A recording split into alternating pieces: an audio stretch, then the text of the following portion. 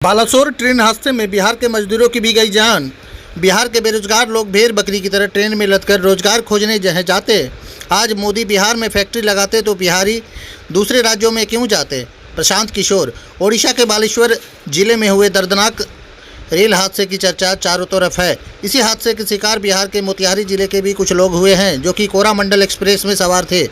इसके अलावा रोजी रोटी की तलाश में जा रहे पूर्वी चंपारण के रामगढ़ा प्रखंड के चिकनी गांव के 2 मजदूरों की भी इस हादसे में मौत हो गई है।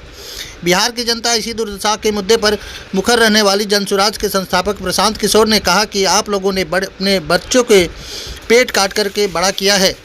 जैसे ही उनके 20-25 साल हुए वैसे ही यहाँ के जवान लड़कों को भेड़ बकरी की तरह ट्रेनों और बसों में लादकर मजदूरी के लिए दूसरे राज्यों में भेज दिया जाता है। बिहार के लोगों ने 40 में से 39 सांसद मोदी के लिए जिताकर लाए गए हैं, पर क्या उन्हें बिहार के विकास के लिए एक बैठक तक भी करना जरूरी नहीं है। प्रशांत किशोर ने कोरोना की रोकथाम के लिए लगाए गए लॉकडाउन से उपजी भयावह स्थिति का उदाहरण देते हुए कहा कि आप लोगों ने कोरोना के समय में देखा कि जिन बिहार के मजदूरों को दूसरे राज्यों से लोगों ने मारकर भगा दिया था, उन्हीं मजदूरों को ट्रेन और बसों से हवाई जहाज़ का टिकट देकर लॉकडाउन हटाने के बाद वापस बुलाया गया। आप बिहार के लोगों ने कभी सोचा नहीं कि बिहार के मजदूरों को ही आखिर क्यों बुलाया गया। क्या तमिलनाडु, केरल और सूरत में मजदूर नहीं हैं? वहाँ भी मजदूर हैं, लेकिन वहाँ के मजदूर 35,000 रुपये महीना कमा लेते हैं और बिहार का गरीब लड़का जाकर 12 से 15,000 रुपये में काम कर रहा है। तो मोदी बिहार में फैक्ट्री क्यों लगाएंगे जब सस्ते रेट पर बिहार के मजदूर दूसरे राज्यों में जाकर के मजदूरी कर रहे हैं। 40 एमपी जिताकर आपने भेजा है। 26 एमपी का राज्य है गुजरात। गुजरात में फैक्ट्री लगेगा, गुजरात में बुलेट ट्रेन चलेगा, गुजरात में सी प्लेन चलेगा। अब बिहार का आदमी बैलगाड़ी पर चलेगा।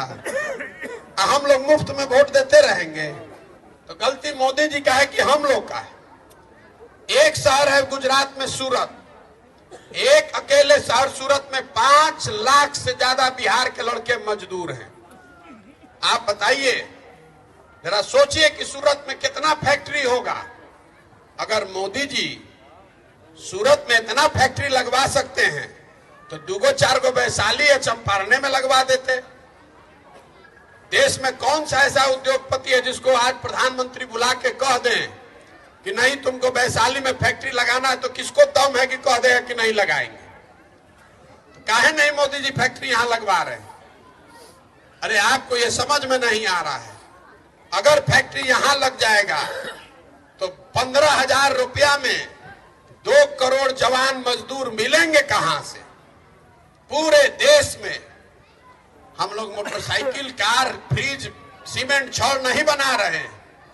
हम लोग खाली बना रहे हैं मजदूर। जवान लड़कों को आप पेट काट काट के पाल पोस के बड़ा किए। 20 साल 25 साल का लड़का हुआ, ट्रेन में, बस में भेड़ बकरी की तरह बैठ के बिहार का लड़का जा रहा है सब।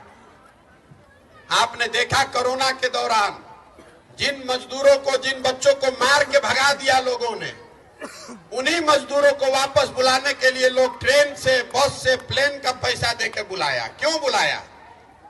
तमिलनाडु में मजदूर नहीं है, केरल, गुजरात में मजदूर नहीं है, वहां पर भी मजदूर है। लेकिन तमिलनाडु में जो मजदूर है वो लेगा महीने में 35,000, 40,000 रुपया, और बिहार का गरीब बच्चा जाकर काम कर रहा है 15,000 रुपया पर।